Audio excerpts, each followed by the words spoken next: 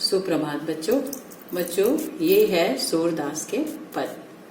बच्चों सूरदास के पद में सूरदास जी ने ब्रज भाषा में अपने काव्यों को लिखा है। बच्चों श्रृंगार रस आप जानते हैं, श्रृंगार रस के दो भेद होते हैं, एक सब वो होता है मिलन का और दूसरा वियोग का। और इस पद में उन्होंने वियोग का वर्णन किया है। तो सूरदास जी का ये भ्रमर गीत से लिया गया है।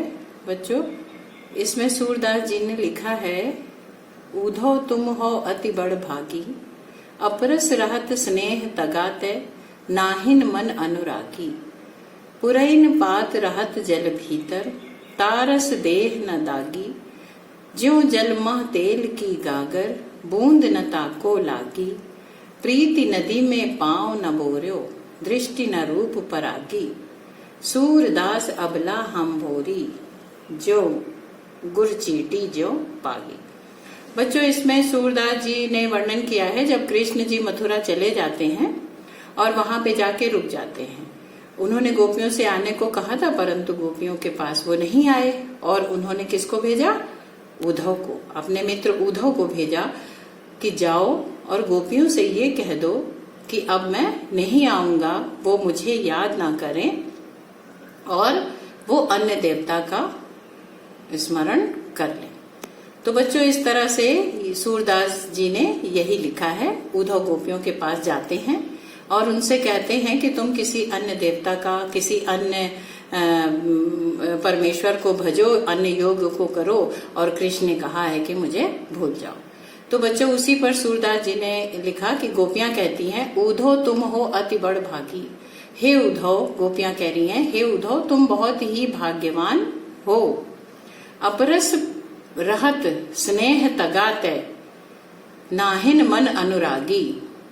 तुम कृष्ण के पास रहते हो, फिर भी तुम कृष्ण के प्रेम से अछूते हो, अर्थात तुम कृष्ण के प्रेम के चक्कर में नहीं पड़े हो, तुम कृष्ण के प्रेम में नहीं पड़े हो, जबकि तुम कृष्ण के साथ रहते हो।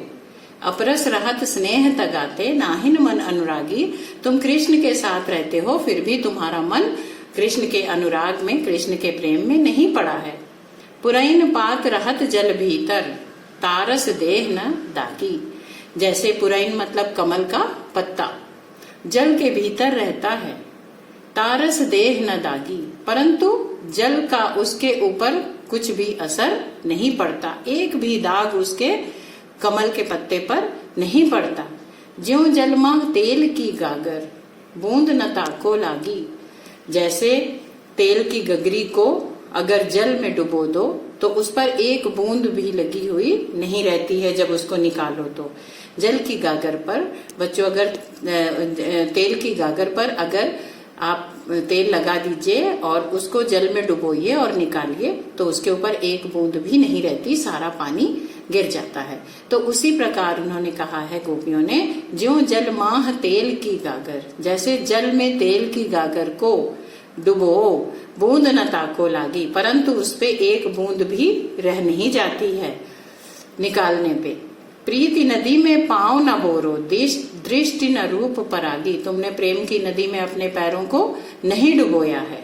हे उद्धव, कृष्ण के पास तुम रहते हो, परंतु तुमने प्रीति की, प्रेम की नदी में पांव नहीं डुबोया है। दृष्टि न रूप परागी, और तुम उनके रूप के रस में नहीं पड़े हो, तुम उनके रूप पर मोहित नहीं हुए हो, तुम्हारी दृष्टियां उनके रूप के मोह में नहीं पड़ी हैं। सूरदास अबला हम भोरी, गुर चाटी जो पागी। सूरदास जी कह रहे हैं कि गोपियां कहती हैं कि हम तो अबला हैं, हम असहाय हैं, हम तो भोली हैं, भोरी माने भोली, हम तो भोली हैं, गुर चाटी जो पागी। और हम कृष्ण के प्रेम में इस तरह पड़ गए हैं जैसे गुड़ में चींटी पड़ जाती है और वो उससे लाख निकलने का प्रयत्न करे, वो नहीं निकल पाती है।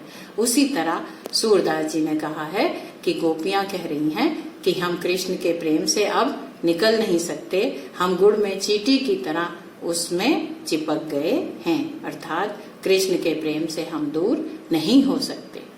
तो बच्चों ये हमने आपको सूरदास जी का पहला दोहा समझाया है और आप इसको समझिए और इसको पढ़ते रहिए।